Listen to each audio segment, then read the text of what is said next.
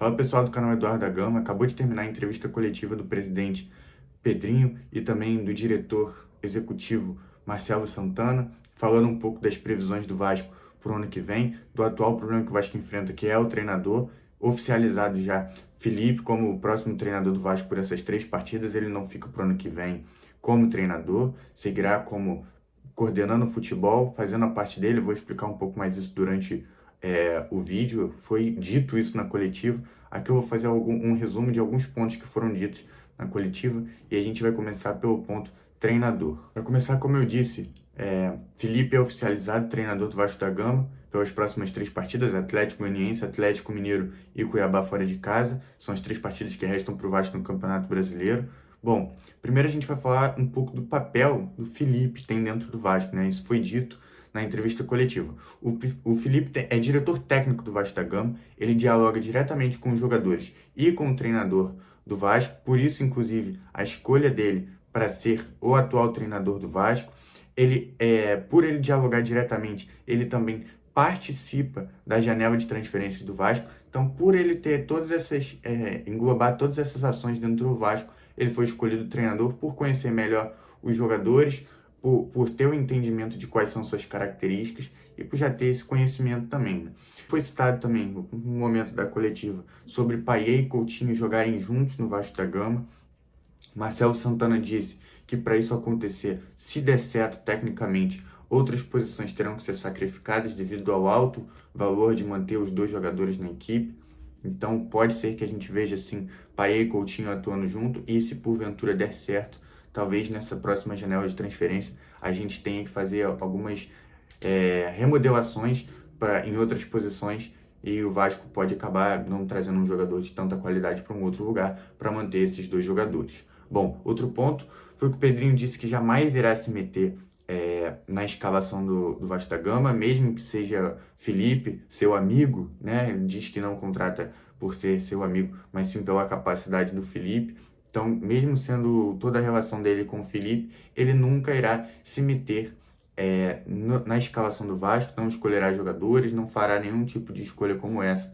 Estará tudo na mão do técnico. Inclusive, uma das opções pelo Felipe, né, como eu disse, novo treinador, ele não deixou o Ramon, que é atualmente técnico do Sub-20 do Vasco, porque ele tinha acabado de ser promovido do Sub-17 para o Sub-20. Pedrinho entendeu, junto com a sua comissão, que seria um passo grande demais, que seria muito abrupto colocar ele agora para fazer esses 3 últimos jogos do Vasco da Gama. Bom, o novo técnico que o Vasco procura será o seguinte, da seguinte forma: eles vão analisar o que entendem para o futebol do Vasco, sobre o que eles querem como formas de sair jogando, formas de ataque que o Vasco tem, e de acordo com isso, eles vão ao mercado buscar esse tipo de colocação. Como o Vasco irá se defender, como o Vasco irá atacar, eles vão tentar modelar ali alguma coisa que eles entendem, e aí eles vão atrás disso no mercado. Lembrando que foi muito discutido e muito falado sobre isso, a questão orçamentária. O Vasco não irá fazer nenhuma loucura para ter um novo técnico, vai tentar se encaixar ao máximo do que eles entendem sobre futebol e também sobre o quanto eles podem pagar em um novo técnico para o Vasco da Gama. Vamos falar agora um pouco de janela de transferências, tanto no meio do ano, também aqui virá agora, né, nessa época aí de final de dezembro, janeiro. Vamos lá. O Marcelo Santana entendeu de que essa última janela de transferências que o Vasco fez foi uma janela de correção dos erros que vinham sendo feitos. Foi uma janela que a gente contratou o Maxime e também o Jean Davi. Ele disse em que o Vasco já tinha uma noção de como andava a lesão do Adson, ele já vinha reclamando muito, e para o lugar do Adson, ele trouxe o suíço Maxime.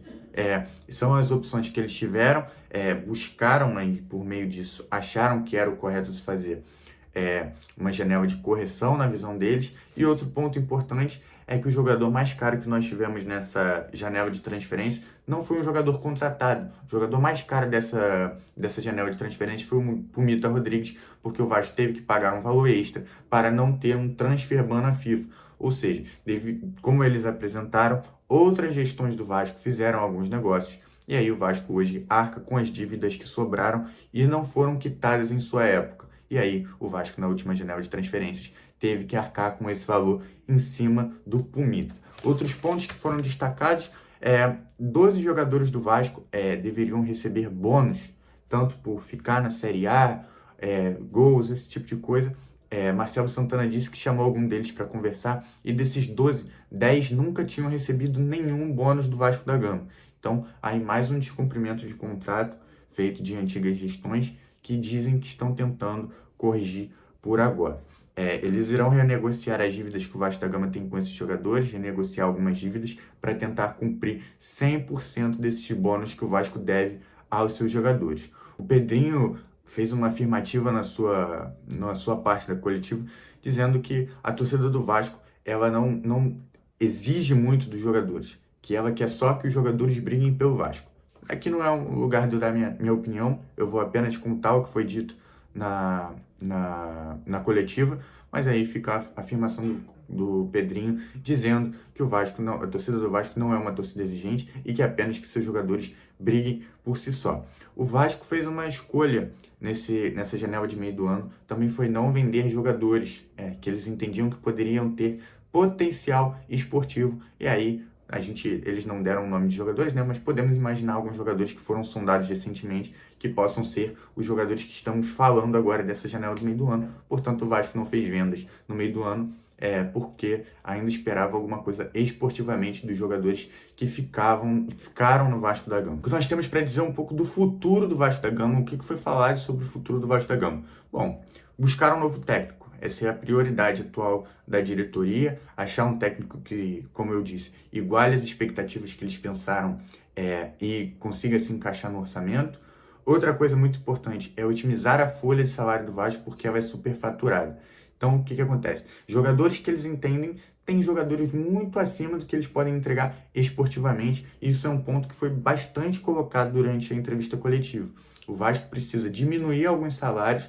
Não quer dizer que vai chegar no jogador e vai falar assim, diminui o mínimo que você faz, ou esse tipo de coisa. Mas haverá negociações com alguns jogadores para tentar reduzir os preços e o Vasco consiga ter espaço na sua folha salarial para trazer novos jogadores e complementar esse próximo ano que nós teremos. Muito foi dito também sobre o Vasco estar em uma competição de nível internacional, e isso foi comentado até pelo próprio Pedrosa, falando sobre como o Vasco se planejava para o próximo ano, devido a ter Copa do Brasil, Carioca, Brasileiro, Super Mundial, que irá atrapalhar no meio do ano ali, tirar um mês basicamente das equipes, devido à participação de alguns brasileiros no Super Mundial. Então, foi perguntado como seria feito o planejamento do Vasco, e aí eles falaram um pouco de como vai ser a logística, quanto se gasta em logística, mas não revelaram bastante como será, mas é óbvio que o Vasco classificando para uma competição internacional, teremos que aprimorar nossa equipe. Já temos que aprimorar mesmo que a gente não vá